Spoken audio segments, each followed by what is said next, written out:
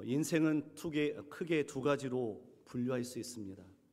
내 힘을 의지하며 살아가는가, 아니면 하나님의 능력을 의지하며 살아가는가입니다. 여러분, 우리의 인생도 마찬가지입니다. 여러분, 전자입니까? 후자입니까? 놀랍게도 하나님의 능력을 전적으로 의지한 한 사람을 이 시간 여러분에게 소개하길 원합니다. 우리는 2월 달에 에스라서 1장부터 또 6장까지를 쭉 살펴보았습니다. 제1차 포로 귀환을 통하여 수룹바벨과 여호수아 중심으로, 예수와 중심으로 이스라엘 백성들이 무너졌던 하나님의 성전을 재건했습니다. 여기에는 하나님의 예언의 성취가 있었고 방해 세력이 있었음에도 불구하고 다 함께 일어나 성전의 기초를 쌓았고, 또 마지막까지 성전의 완공을 했을 때에 그들은 통곡하며 울었습니다. 그리고 유월절을 지키고 무교절을 지키면서 예배의 제단을 거룩하게 쌓습니다. 어떻게 보면 하나님의 성전은 거룩하게 세워졌습니다. 그러나 그 성전 안에 하나님의 말씀이 없어졌고 능력이 사라졌던 그런 모습이 이스라엘 백성들 가운데 있었습니다. 오늘은 에스라서를 마무리하면서 7장부터 8장까지의 말씀을 함께 나누려고 합니다. 에스라 7장부터는 바벨론에서 예루살렘까지 파송된 에스라를 중심으로 합니다. 에스라의 이름의 뜻은 도움입니다. 하나님의 도우심을 이처럼 어떻게 받았는지 함께 살펴보고, 그리고 성전 건축이 완료된 후에 에스라가 제2차 포로 귀환을 어떻게 준비했고 바벨론에서 예루살렘으로 돌아온 이스라엘 백성들에게 율례를 가르치는 장면이 소개됩니다. 에스라는 예루살렘에서 태어나지 않았습니다. 그는 바벨론 포로 2세, 그리고 에스라는 자신이 아론의 16대 손임을 스스로 공부하고 연구하면서 밝혀낸 훌륭한 학자이자 제사장입니다.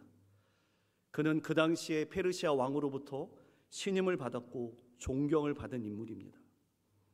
우리가 잘 알고 있듯이 남유다의 역사는 BC 586년에 바벨론에 의해서 이스라엘이 멸망받습니다.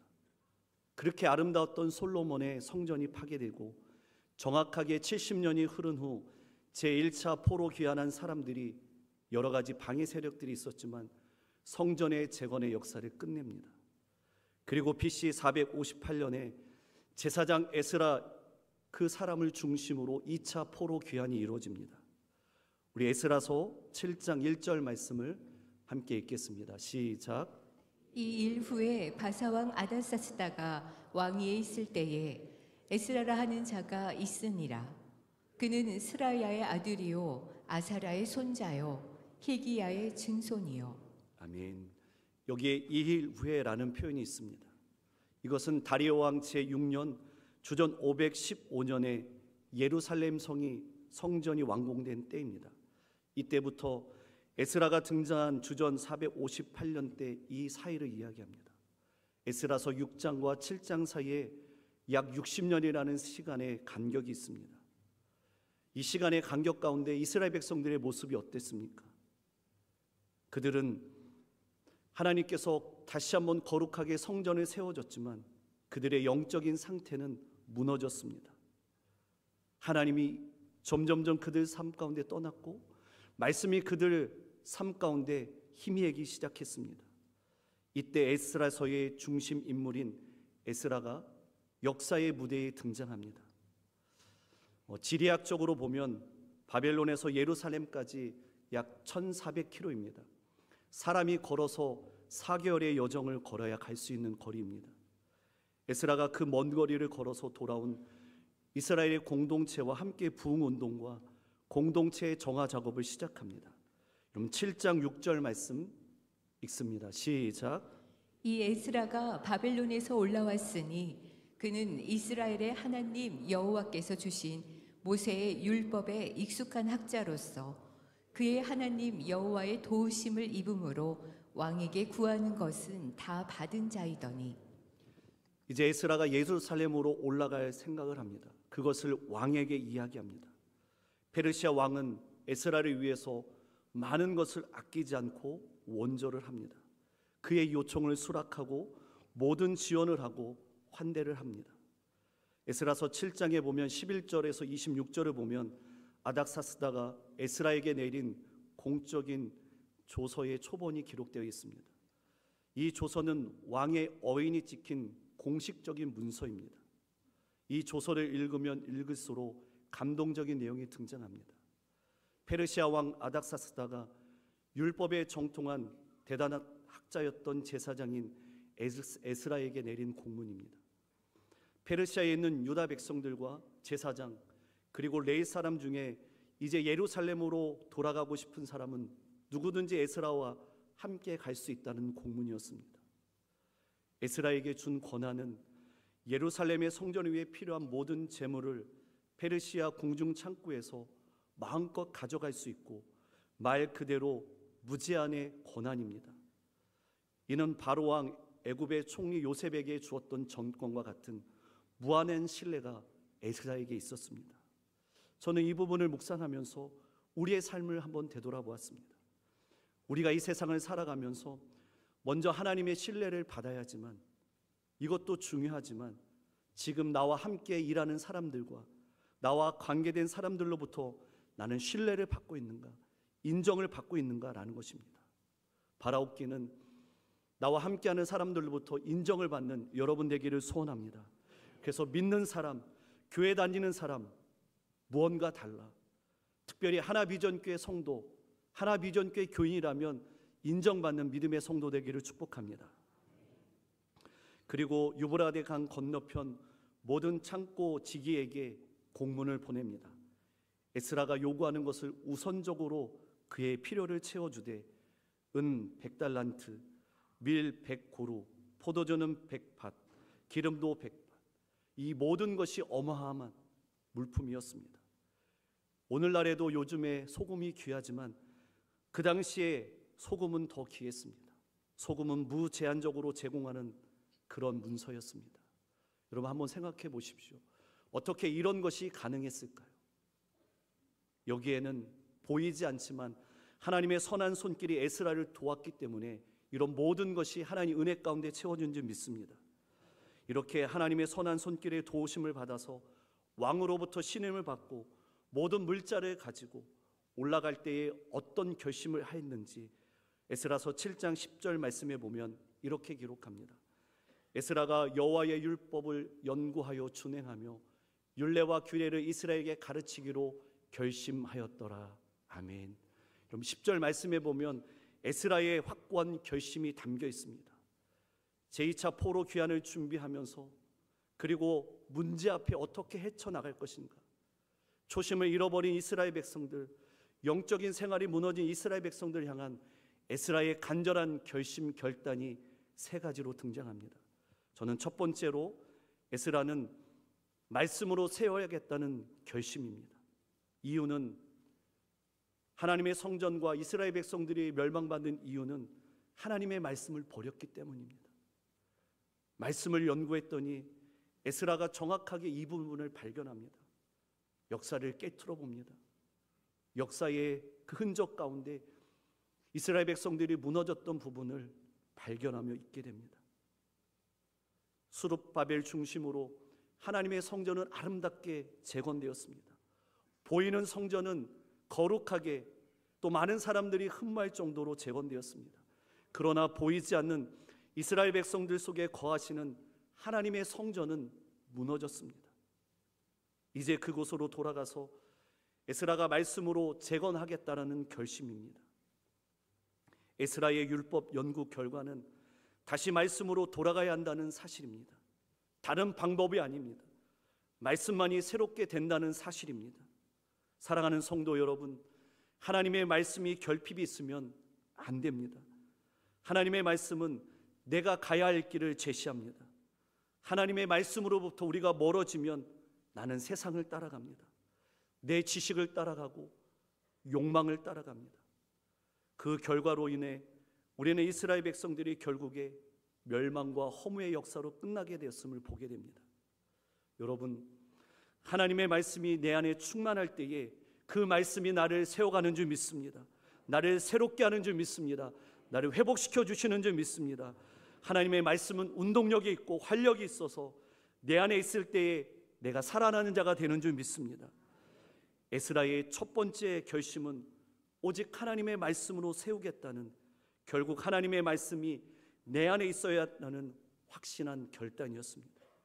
사랑하는 성도 여러분, 이스라엘 민족과 백성 가운데 오직 하나님의 말씀이 새롭게 변화시킬 수 있음을 믿고 예루살렘으로 올라가겠다는 결단을 합니다.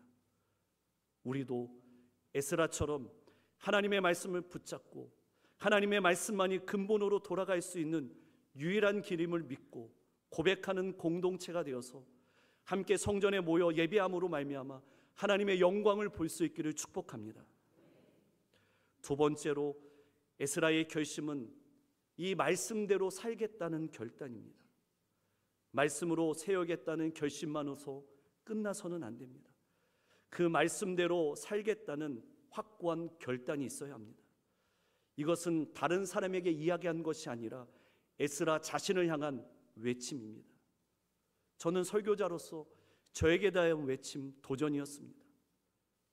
바벨론 포로 시대에 다니엘이 뜻을 정하여 하나님의 말씀대로 살았던 것처럼 말씀을 따라 타협하지 않고 다니엘은 죽음 앞에서도 말씀을 붙잡으며 풀무 가운데 들어갑니다. 말씀을 따라갈 때에 하나님이 주신 축복이 그에게 있습니다. 여호와의 율법을 주야로 묵상하는 자, 더 나아가 지키는 자에게 형통케 하는 축복이 있습니다. 여호와께서 인정하시는 복을 누리게 되는 줄 믿습니다. 여러분, 하나님의 능력은 하나님의 말씀 지식적으로 알면서 나오는 것이 아니라 말씀을 행하는 데서 나오는 줄 믿습니다. 그래서 우리가 방금 전에 찬양했던 푸른 마르고라는 찬양의 가사처럼 주의 말씀을 행하는 자, 주의 말씀을 듣고 행하는 자에게 그의 능력을 보게 되리라. 여러분 믿으십니까? 아멘. 하나님의 말씀에 행하는 자 가운데 하나님의 능력을 보게 될 줄 믿습니다. 에스라는 말씀의 능력을 믿었습니다. 그래서 자신의 말씀대로 살았고 그 말씀을 백성이 살도록 결단합니다. 본인이 모델이 되었습니다. 그렇게 살았습니다. 살아있는 하나님의 말씀을 가르치겠다는 결심이 그에게 섰습니다. 말씀대로 행하는 것이 얼마나 축복인지 성경은 우리에게 말씀하고 있습니다. 시편 119편 1절과 2절 말씀 읽습니다. 시작. 행위가 온전하여 여호와의 율법을 따라 행하는 자들은 복이 있음이요 여호와의 증거들을 지키고 전심으로 여호와를 구하는 자는 복이 있도다. 아멘. 성경은 진정한 복 있는 사람은 하나님을 아는 사람이라고 이야기하지 않습니다. 말씀을 행하는 자, 말씀대로 사는 자, 말씀 앞에서 경외함으로 목숨과 뜻을 당하여 순종하는 자가 복 있는 자인 줄 믿습니다. 그래서 사도 바울은 로마서 2장 13절 말씀에 보면 하나님 앞에서 율법을 듣는 자가 의인이 아니요 오직 율법을 행하는 자라야 의롭다 하심을 얻으리라. 아멘. 율법을 듣는 자가 의인이 아니요 그 율법을 행하는 자가 의인인 줄 믿습니다. 더 나가서 야고보서 1장 22절에서 25절 말씀 보면 길지만 함께 있습니다. 시작. 너희는 말씀을 행하는 자가 되고 듣기만 하여 자신을 속이는 자가 되지 말라. 누구든지 말씀을 듣고 행하지 아니하면 그는 거울로 자기의 생긴 얼굴을 보는 사람과 같아서 제 자신을 보고 가서 그 모습이 어떠했는지를 곧 잊어버리거니와 자유롭게 하는 온전한 율법을 들여다보고 있는 자는 듣고 잊어버리는 자가 아니요 실천하는 자니 이 사람은 그 행하는 일에 복을 받으리라. 아멘. 야고보서 기자는 우리에게 분명하게 말씀합니다. 말씀을 행하는 자가 복이 있다. 듣는 자는 자신을 속이는 자다. 실천하는 자는, 그것을 행하는 자는 복을 받으리라 말씀합니다. 그렇다면 우리가 하나님의 말씀을 듣지만 그 말씀대로 행하지 않는 이유가 여러분 어디에 있습니까? 그것은 말씀보다 자신을 더 소중히 여기기 때문입니다. 그것이 나를 안락한 삶으로, 편안한 삶으로 이끌어갑니다. 지위가 될 수 있습니다. 물질입니다. 집, 평안함, 보이는 것이 가치 있게 여겨지기 시작하면 말씀에 집중하지 못하게 만듭니다. 여러분, 말씀보다 자신이 우선되면 말씀 속에 있는 참된 소망과 오묘한 맛을 경험하지 못함을 기억하시기를 바랍니다. 그래서 예수님께서 마가복음 10장 17절 이하에 보면 재물이 많은 한 청년이 예수님께 나가와 질문합니다. 선생님, 어떻게 하면 영생을 얻을 수 있습니까? 이때 예수님께서 그 청년에게 이야기합니다. 너가 모세의 율법을 다 지켰느냐? 그때 청년은 자신 있게 대답합니다. 네, 제가 율법을 다 지켰습니다. 이때 예수님께서 그 청년에게 내가 가지고 있는 재물을 다 팔아서 가난한 사람들에게 다 나눠주고 나를 따르라고 요청합니다. 이럴 때에 이 청년은 심히 근심하였다라고 성경은 기록합니다. 마가복음 10장 22절 말씀에 보면 그 사람은 재물이 많은 고로 이 말씀으로 인하여 슬픈 기색을 띠고 근심하며 가니라. 청년은 예수님의 말씀보다 재물을 우선했기 때문에 근심하며 예수님을 따라가지 못했습니다. 내가 하나님의 말씀을 따르는 것보다 더 가치 있고 소중히 여기는 것이 여러분 무엇입니까? 우리는 이것을 경계하고 내려놓음이 필요한 줄 믿습니다. 더 나아가서 마가복음 5장 그리고 7장까지 우리가 잘 아는 산상수훈이 기록됩니다. 이 산상수훈의 마지막 결론적인 부분에 보면 마태복음 7장 24절 말씀에 보면 읽습니다. 시작. 그러므로 누구든지 나의 이 말을 듣고 행하는 자는 그 집을 반석 위에 지은 지혜로운 사람 같으니니. 아멘. 여러분, 지혜로운 사람이 어떤 사람이라고 이야기합니까? 예수님은 산상수훈을 통해서 복 있는 사람에 대해서 이야기합니다. 너희가 세상의 소금이다. 간음하지 말라. 또 너 자신을 속이지 말라라고 이야기하면서 이 마지막 결론 부분에 지혜로운 사람에 대해서 이야기합니다. 주축을 반석 위에 놓았기 때문에 기초를 바탕을 주축돌 예수님 말씀에 놓았기 때문에 그 사람이 지혜로운 사람이라고 결론합니다. 여러분, 저는 소원합니다. 다시 근본으로 돌아가 하나님의 말씀을 듣고 또 하나님의 말씀을 붙잡고 말씀을 행하는 자가 되어서 지혜로운 사람이 되기를 축복합니다. 에스라는 삶의 능력, 하나님의 말씀을 행하는 데서 나왔음을 믿었습니다. 여러분, 우리가 이 시간 하나님의 말씀을 듣습니다. 하나님의 말씀을 의식합니다. 또 의지하고 나의 삶 가운데 적용하며 실천하며 나갑니다. 이럴 때에 그 말씀 가운데 역사하시는 하나님의 능력을 경험하게 될 줄 믿습니다. 반대로 반석 위에 기초를 세우지 않고 모래 위에 세운 사람은 여전히 눈에 보이는 대로 살아가는 사람입니다. 그래서 그 사람은 육체의 열매를 거두며 살아갑니다. 무슨 일이 생기면 타인에게 책임을 전가하고 부정적인 감정인 핑계와 원망, 불평으로 방어 기제를 합니다. 예수님께서는 말씀합니다. 다른 사람의 눈 속에 있는 티를 보고 자신에게 있는 들보를 깨닫지 못하느냐. 자기 중심적인 그런 사람들에 대해서 예수님은 평가합니다. 여러분, 마태복음 7장 3절에서 4절 말씀 함께 읽습니다. 시작. 어찌하여 형제의 눈 속에 있는 티는 보고 내 눈 속에 있는 들보는 깨닫지 못하느냐. 보라, 내 눈 속에 있는 들보는 있는데 어찌하여 형제에게 말하기를 나로 내 눈 속에 있는 티를 빼게 하라 하겠느냐. 여러분, 우리 자신 속에 있는 들보 참으로 큽니다.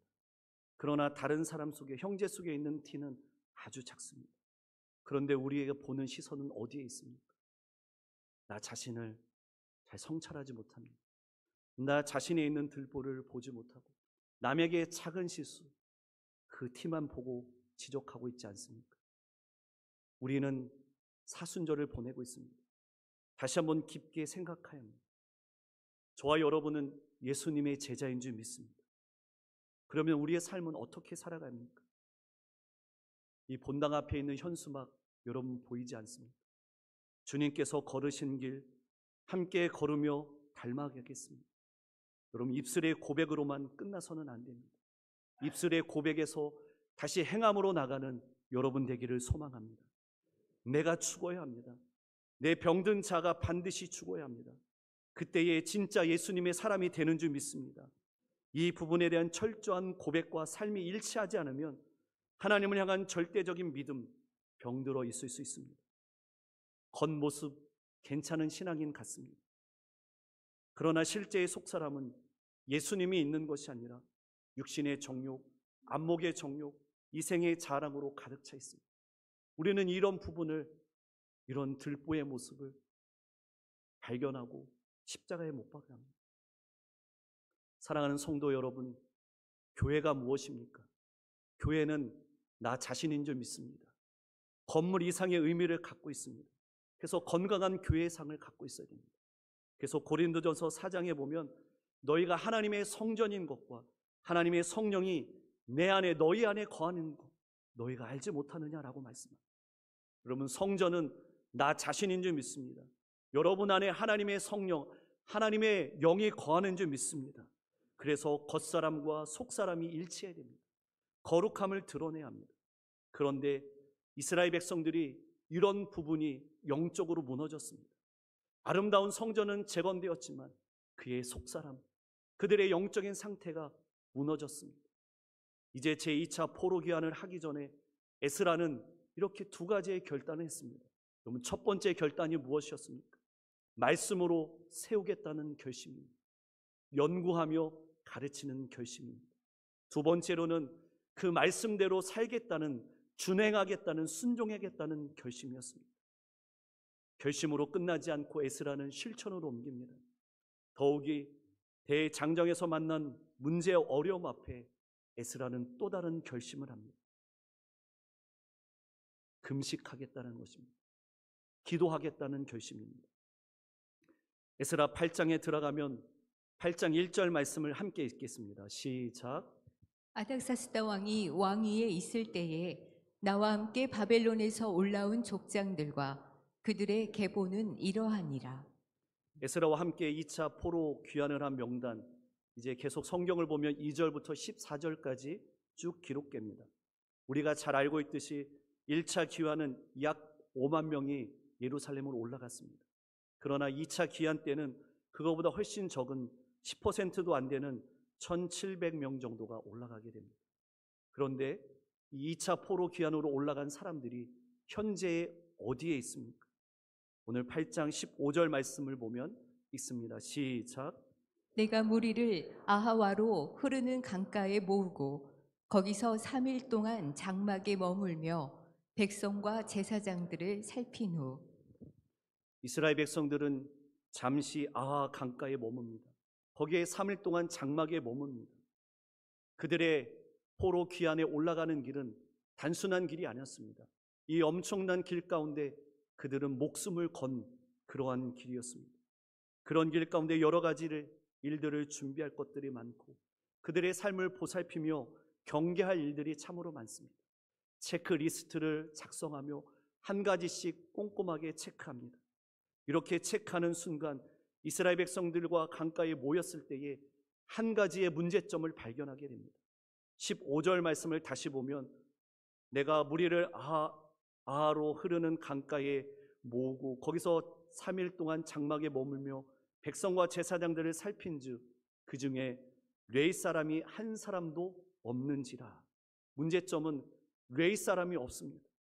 하나님의 제사를 섬길 제사장들, 레위 사람이 그들 무리 가운데 한 사람도 없게 됨을 보게 됩니다. 그래서 에스라는 급하게 부탁합니다. 레위 사람 혈통을 조사해서 그들을 찾아오도록 명령합니다. 그래서 17절 후반절에 보면 우리 하나님의 성전을 위하여 섬길 자를 데려오라라는 명령을 합니다. 여기에 명령에는 에스라의 강한 의지가 담겨 있습니다. 이 레위 사람들이 와야지. 거룩한 성전은 건축됐는데 그곳을 섬길 사람이 없다라는 것입니다. 예배를 드릴 사람이 없다라는 것입니다. 그래서 20절 끝부분에 보면 성전 일꾼 220명 그들을 데려오고 그들이 모여지게 됩니다. 그런데 성경을 보면 그들은 모두 지명받은 사람이라는 것을 성경은 기록합니다. 220명 그들의 상황이 어떠했는지는 성경은 기록하지 않습니다. 처음부터 예루살렘으로 올라갈 분명한 이유 그들에게는 없었습니다. 그러나 다시 조사하고 지명할 때에 그들은 그 지명 앞에 예, 제가 올라가겠습니다. 순종하겠습니다. 라고 함께 모였던 사람이었습니다. 저는 이 모습을 보면서 이런 찬양의 가사가 또 기억났습니다. 내가 너를 지명하여 불렀나니 너는 내 것이다. 자신의 의지와 상관없이 주님의 부르심, 지명을 받았을 때에 주님, 내가 그곳에 가겠습니다. 교회의 부름 앞에 여러분 어떤 반응을 하고 있습니까? 이곳을 봉사해 주십시오. 이곳에 헌신해 주십시오. 라고 여러분을 지명할 때에 우리의 모습, 우리의 신앙의 반응은 어떻습니까? 바라옵기는 하나님의 부르심 앞에, 교회의 부름 앞에 순종할 수 있는 모든 성도 되기를 주님의 이름으로 축복합니다. 이제 이 모든 문제를 해결하고 이제 강가에서 명철한 레위인 40명과 느비디 사람 성전 일꾼 220명을 준비시켰습니다. 바로 그때에 에스라는 이스라엘 백성들에게 한 가지를 선포합니다. 그럼 21절 말씀을 읽습니다. 시작. 그때 내가 아하와 강가에서 금식을 선포하고 우리 하나님 앞에서 스스로 겸비하여 우리와 우리 어린 아이와 모든 소유를 위하여 평탄한 길을 그에게 강구하였으니. 아멘. 여기 에스라가 금식을 선포한 이유가 어디에 있습니까? 여러분, 금식은 구약에 보면 기도와 동일한 단어입니다. 이스라엘 백성들이 금식과 기도를 선포한 일은 스스로 겸비하기 위해서입니다. 자신을 철저하게 돌보는 행위입니다. 자신이 할 수 있음에도 불구하고 하나님에 대한 절대적인 신뢰를 의미하는 것이 금식의 선포였습니다. 기도였습니다. 에스라가 지금 어린아이와 청소년, 장년 그리고 성전 건축을 위하여 사용될 물건, 짐승 이 모든 것을 강을 건너 시온성까지 갈 때에 어떤 일을 만나려는지 전혀 알 수 없는 상황 가운데 이스라엘 백성들 앞에서 금식을 선포합니다. 그 현실적인 이유가 여러분 어디에 있습니까? 21절 후반절에 보면 어린아이와 모든 소유를 위하여 주님 평탄한 길을 주시옵소서. 평탄한 길을 그가 하나님 앞에 간구하였습니다. 여러분 생각해 보십시오. 1400km 걸어서 4개월의 여정입니다. 거기에는 부녀자, 노약자, 어린아이 그리고 성전을 다시 한번 아름답게 꾸밀 그 성전의 기구들을 가져가야 합니다. 가는 길 가운데 약탈자를 만날 수 있습니다. 수많은 사람들이 함께 가기 때문에 전염병에 걸릴 수 있습니다. 그들의 모든 귀환의 길, 노력은 한순간의 물거품으로 돌아갈 수 있습니다. 이런 위기 앞에, 문제 앞에 에스라는 어떻게 했습니까? 하나님 앞에 집중했습니다. 하나님 앞에 기도했습니다. 에스라는 두 손을 모으고 하나님의 선한 손길로 도와주셔야지만 우리가 평탄한 길을 갈 수 있습니다. 하나님 도와주십시오. 하나님을 향한 집중된 마음을 부어주십시오. 이제 영적으로 타락한 이스라엘 백성들에게 말씀으로 다시 세울 수 있도록 하나님 나를 도와주십시오 라고 이스라엘 백성들과 함께 그 강가에서 에스라는 금식을 선포하며 기도하였습니다. 사랑하는 성도 여러분, 여러분의 교회는 무엇을 앞두고 있습니까? 이제 3월 1일부터 새봄 도전과 말씀 성회를 바로 앞에 두고 있습니다. 저는 오늘 말씀을 묵상하며 준비하면서 에스라와 이스라엘 백성들이 강가에 서 있었던 그 순간과 오늘 저와 여러분이 앉아있는, 서 있는 이 순간이 동일하다고 생각합니다. 저는 이 한 주간이 참으로 중요한 시기를 주님의 이름으로 선포합니다. 여러분, 이 시기 때 여러분은 어떤 결단을 갖고 있습니까? 우리가 이것을 보내면서 무엇을 선택하며 결심을 해야 합니까? 우리는 입으로 이야기합니다. 또 매스컴을 통해서 듣습니다. 위기라고 이야기합니다.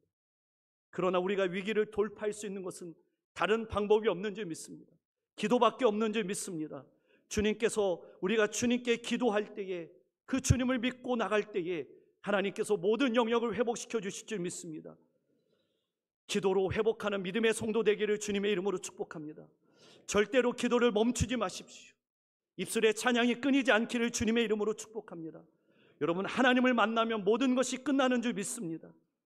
이러한 심정을 가지고 에스라는 이스라엘 백성들 앞에서 흥미로운 고백을 합니다. 여러분 22절 말씀 읽습니다. 시작. 이는 우리가 전에 왕에게 아뢰기를 우리 하나님의 손은 자기를 찾는 모든 자에게 선을 베푸시고 자기를 배반하는 모든 자에게는 권능과 진노를 내리신다 하였으므로 길에서 적군을 막고 우리를 도울 보병과 마병을 왕에게 구하기를 부끄러워하였습니다. 아멘. 여러분, 이 말씀이 어떤 말씀입니까? 이제 에스라가 끝나면 느헤미야를 묵상하게 됩니다. 여러분, 느헤미야 이제 3차 포로 귀환하면서 그도 왕에게 신을 받았습니다.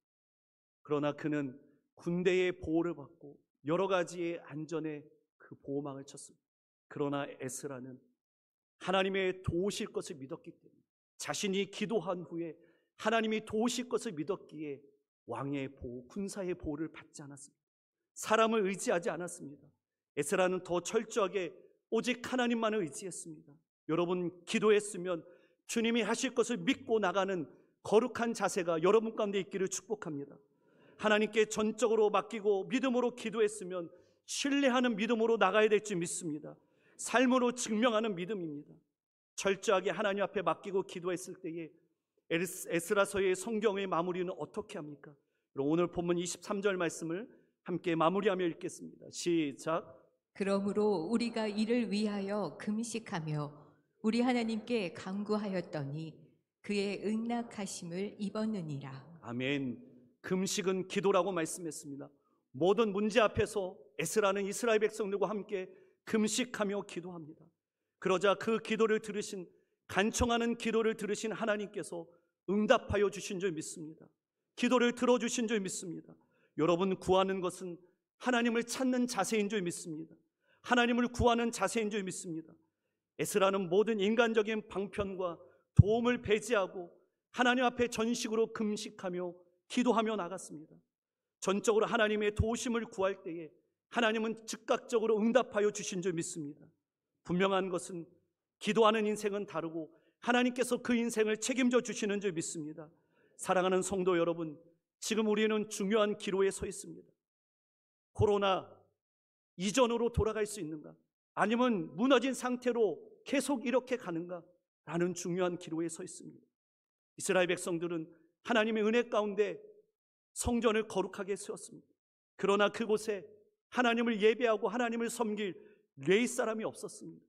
문제를 해결하고 그가 이제 출발할 때에 그 강가에서 기도했던 것처럼 다시 하나님을 신뢰하며 기도할 때에 우리의 무너진 모든 예배와 무너진 모든 문제들이 해결될 줄 믿습니다.